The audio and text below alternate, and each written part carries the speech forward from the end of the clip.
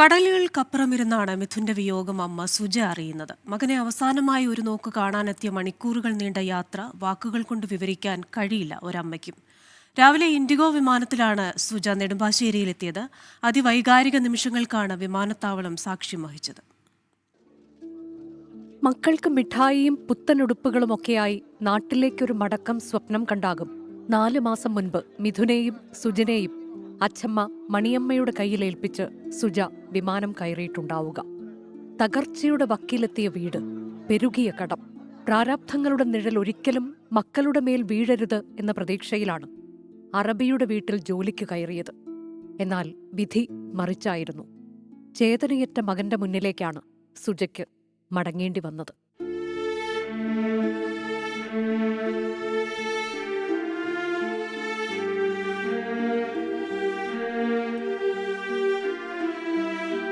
കുവൈറ്റിൽ ജോലിക്ക് നിന്ന അറബി കുടുംബം തുർക്കിയിലേക്കുള്ള വിനോദയാത്രയിൽ സുജയെയും കൂട്ടിയതിനാൽ മകന്റെ മരണവിവരം അറിയാൻ വൈകി.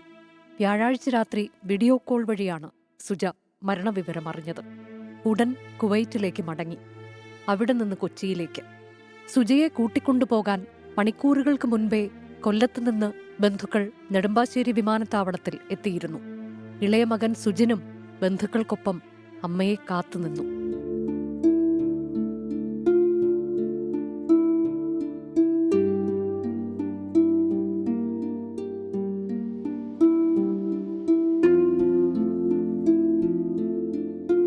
വിമാനമെത്തിയത് 9:10.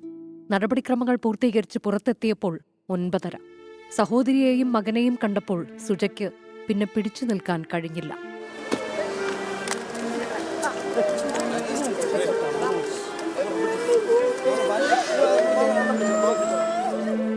തടസ്സങ്ങൾ ഒഴിവാക്കാൻ വഴിനീളെ പോലീസ് സൗകര്യമൊരുക്കിയിരുന്നു.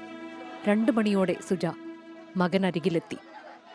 ചേതനയറ്റ മകനെ അവസാനമായി ഒരു നോക്ക് കാണാൻ.